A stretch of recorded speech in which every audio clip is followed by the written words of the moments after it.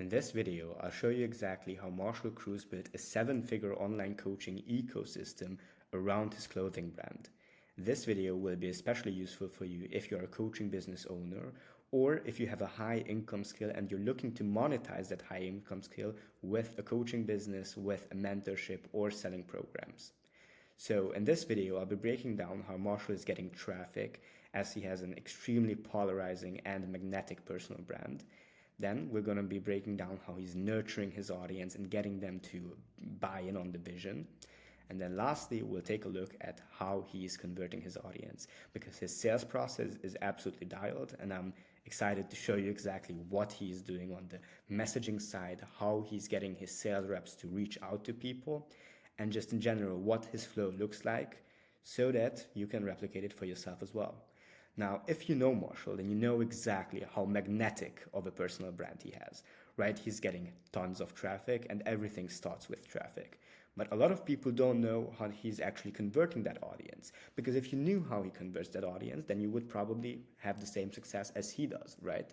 So we'll be diving into his funnel system, how he's routing his data, and then also his full sales process. So as I was editing this video, I've realized that I've included a lot of technical terms and process steps that I could not go into enough detail of to give you full clarity. So if you would like me to show you how to set up the technical systems that I'm going over in this video, then I have my Instagram down below where you can message me. So we can actually go into the details of how you can implement all of this for yourself and more. So let's get straight into it.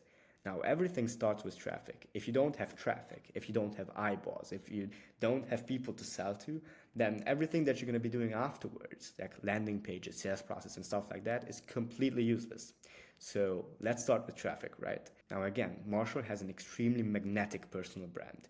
Everything he does is measured, is dialed. So on TikTok, he's posting these lifestyle type of reels, but he's not getting the most views for himself.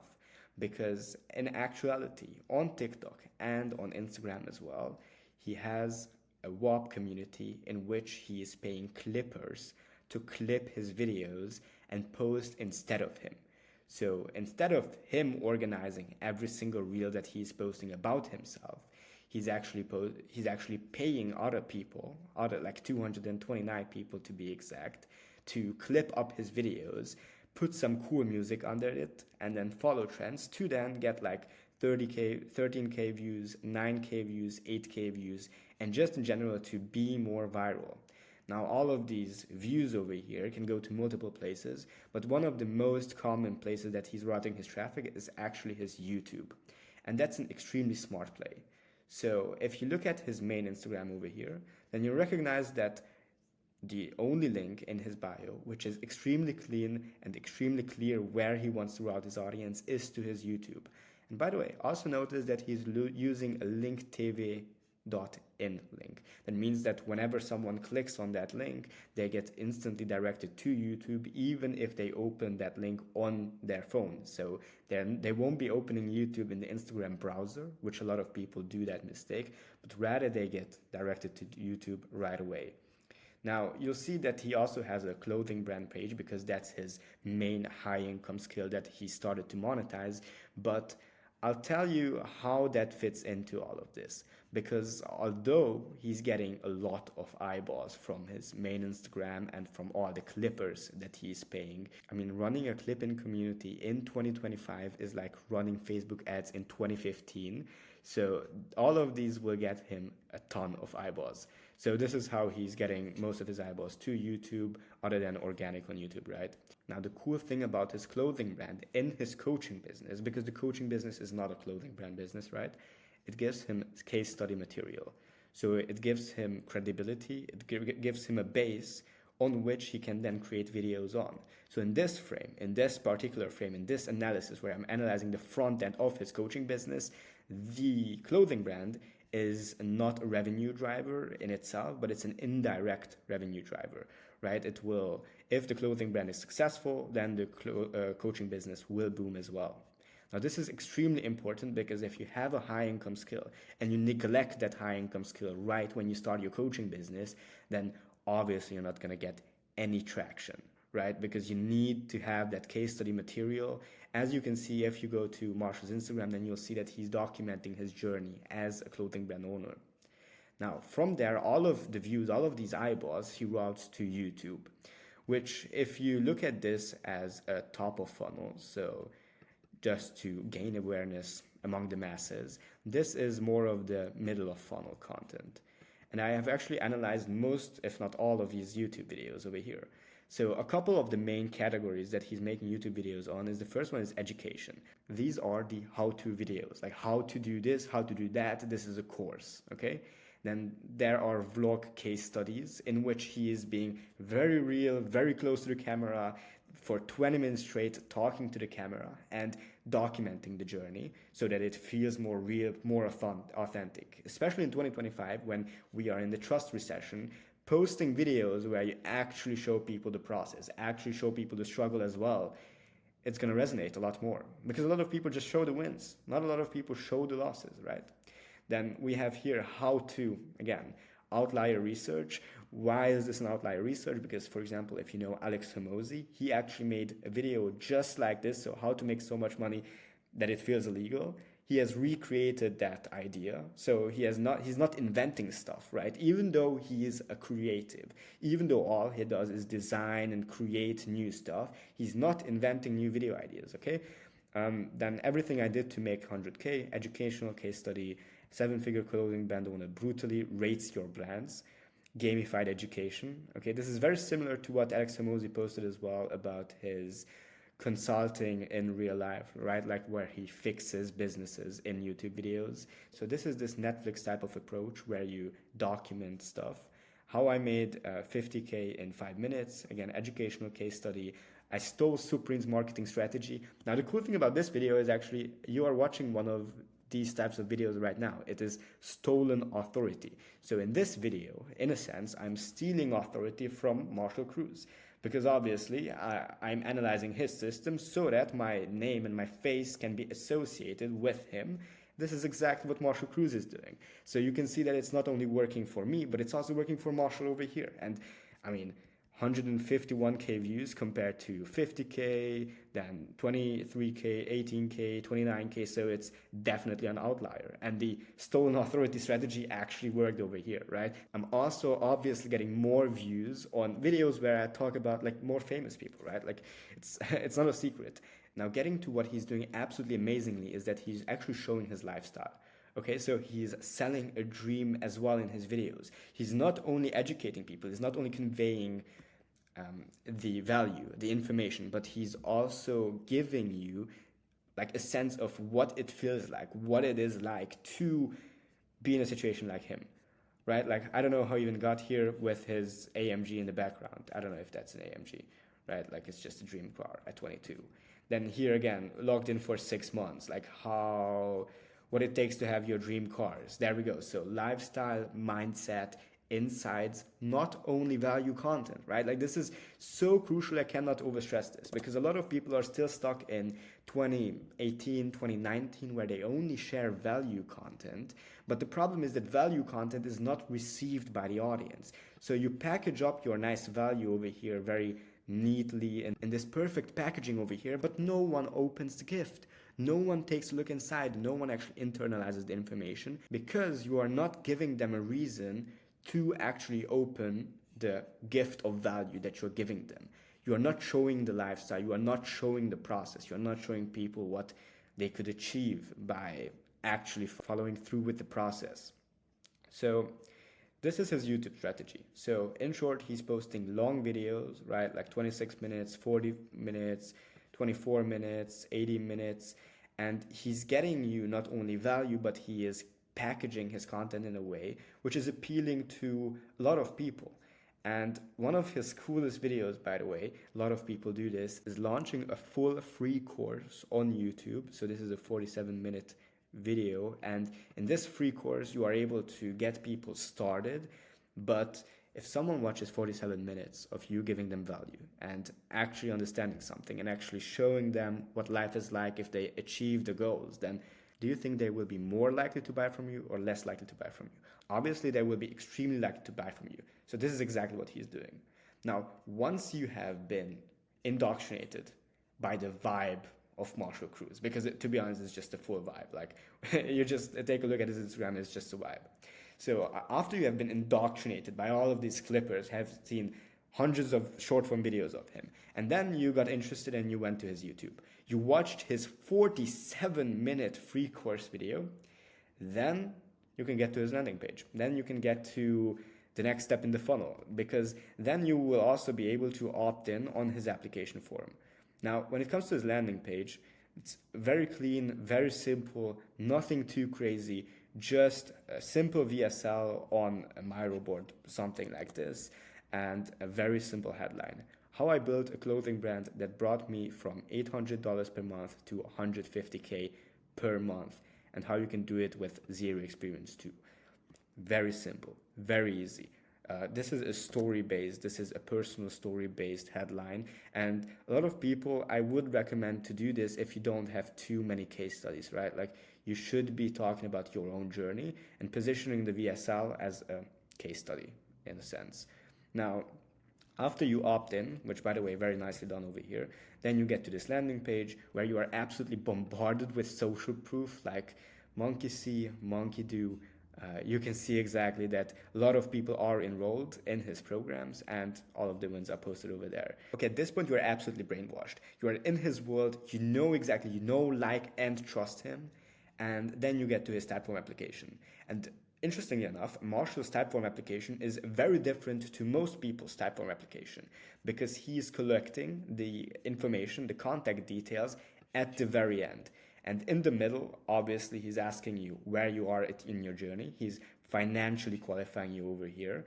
And he is also asking questions about how confident you are that Marshall can help you to give an extra substantial reason why you should be accepted, how much it would take to replace your monthly income. That's obviously also great because then people can judge like how much you are making per month, what your current occupation is, what specific milestones you want to achieve, what do you believe currently is your biggest struggle, and so on. Like, why is starting a clothing brand important to you? So all of these questions already give you a base to go from on the sales call and on the setting call. So an appointment setter is not just calling you out of the blue, but they have very detailed information about you.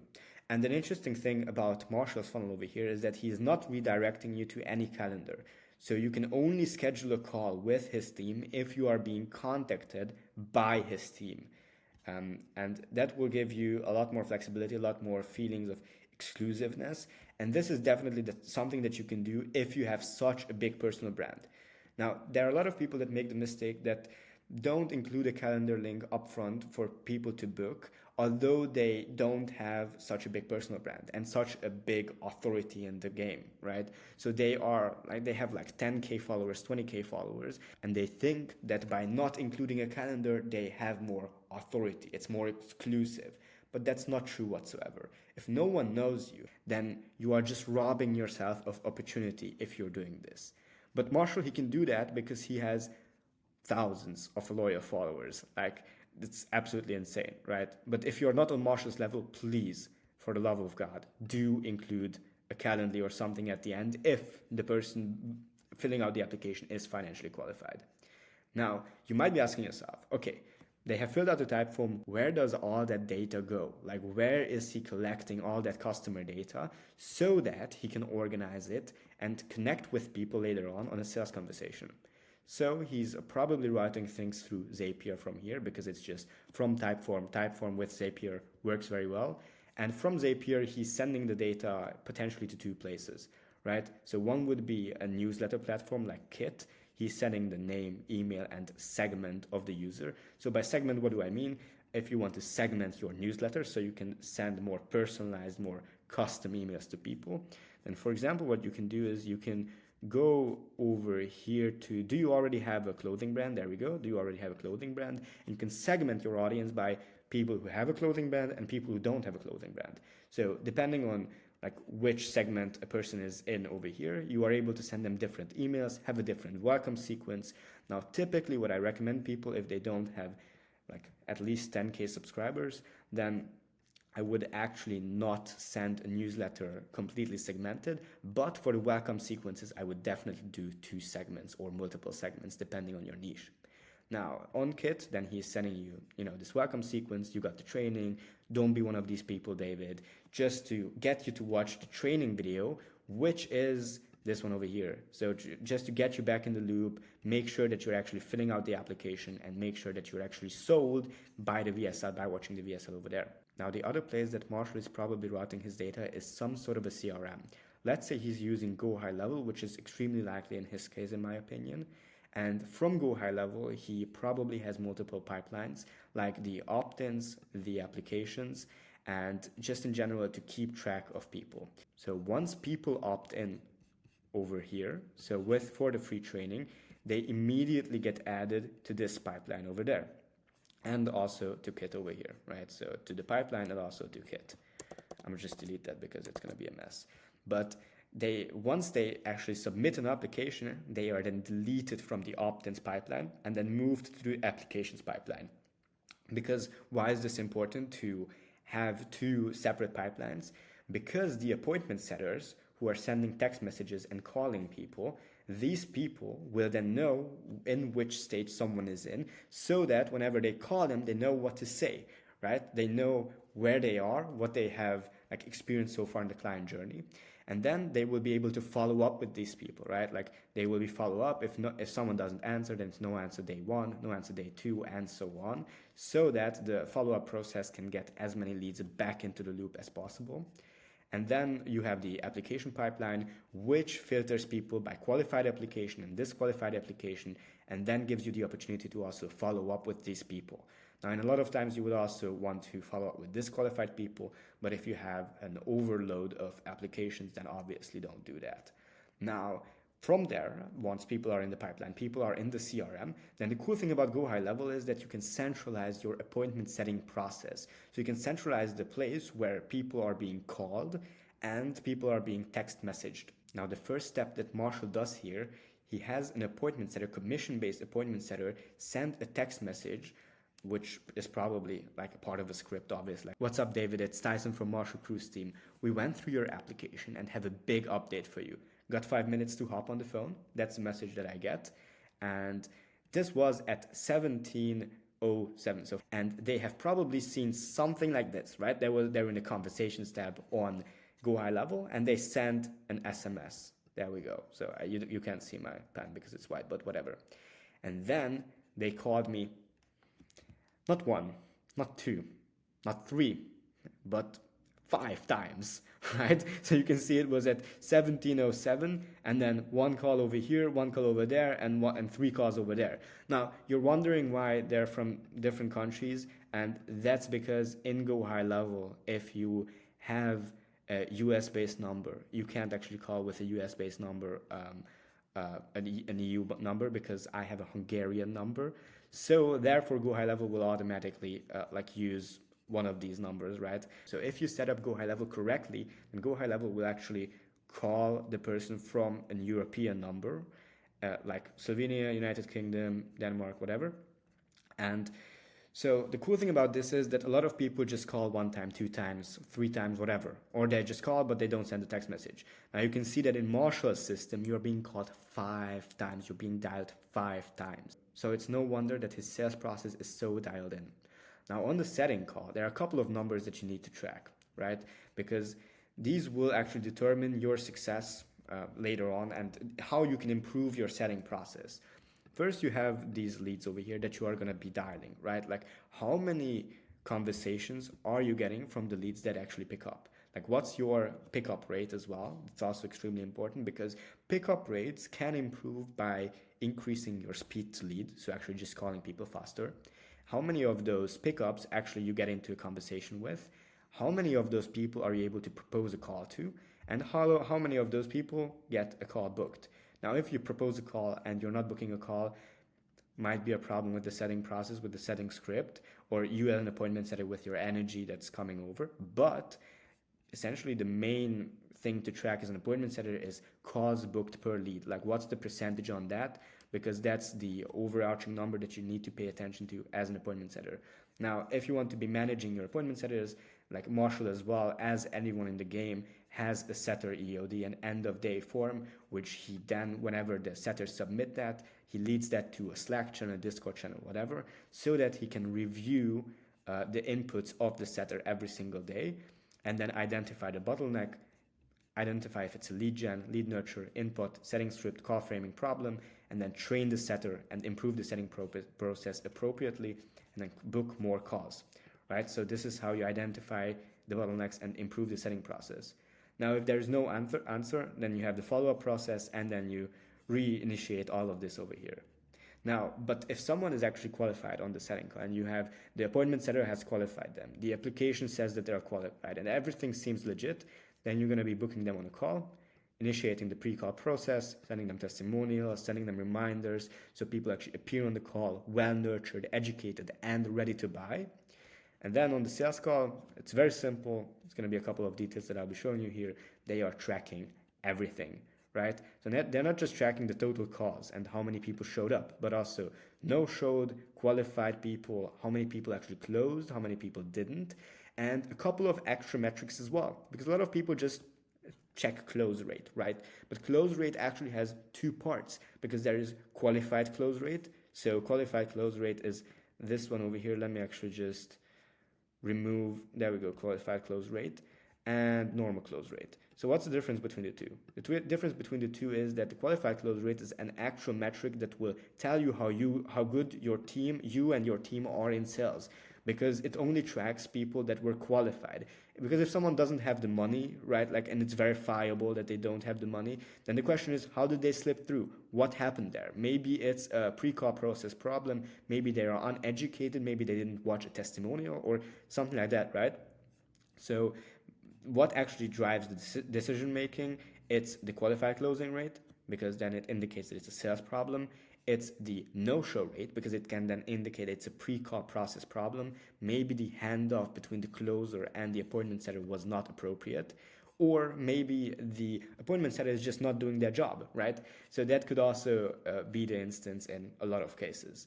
Now, once they have tracked all of these things, then they can easily identify the bottleneck and identify if it's a marketing, call framing, pre-call process, discovery, pitch, or even an objection handling problem.